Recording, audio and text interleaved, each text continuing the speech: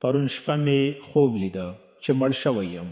لومړۍ ورځ یوه فرښته راغله او راته ویې ویل څه غواړې؟ ورته ومې ویل اوبه.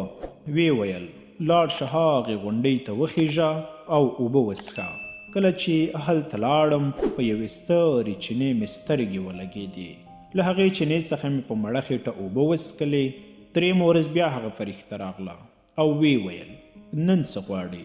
بیا مې وویل اوبه. هغې وویل لاړ شه هغې غونډۍ ته وخیژه او اوبه وڅښه. کله چې لاړم ګورم چې چینه ډېره کوچنۍ شوې ده. په مړه خېټه مې ترې اوبه وڅښلې. اوومه ورځ بیا نوموړې فرښته راغله او ویې ویل څه غواړې؟ بیا مې وویل اوبه. هغې بیا وویل لاړ شه هغې غونډۍ ته وخیژه او اوبه وڅښه. له یادې سرچینې مې اوبه وڅښلې. څلوېښتمه ورځ بیا هغه فرښته راغله او ویې ویل نن څه غواړې؟ بیا مې وویل اوبه. هغې یو ځل بیا خپله خبره تکرار کړه او ویې ویل چې هغې غونډۍ ته وخیژه او له هغې چینې څخه اوبه وڅښه. کله چې هغه ځای ته ورسېدم ګورم چې د اوبو څاڅکي ډېر کم شوي دي.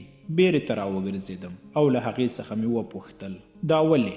هغې په ځواب کې وویل لومړۍ ورځ ټولو دوستانو د کورنۍ غړو قوم مور او خپل خپلوانو دې ستا لپاره اوښکې تویې کړې.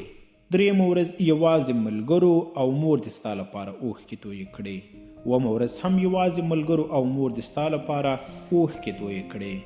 مګر څلوېښتمه ورځ یوازې مور دې وه چې ستا لپاره یې اوښکې تویولې.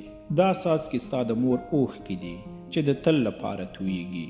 کله چې راویښ شوم نو د خپلې مور لاسونه او پښې مې ښکل کړل. پوه شم چې د مور مینه تل پاتې ده.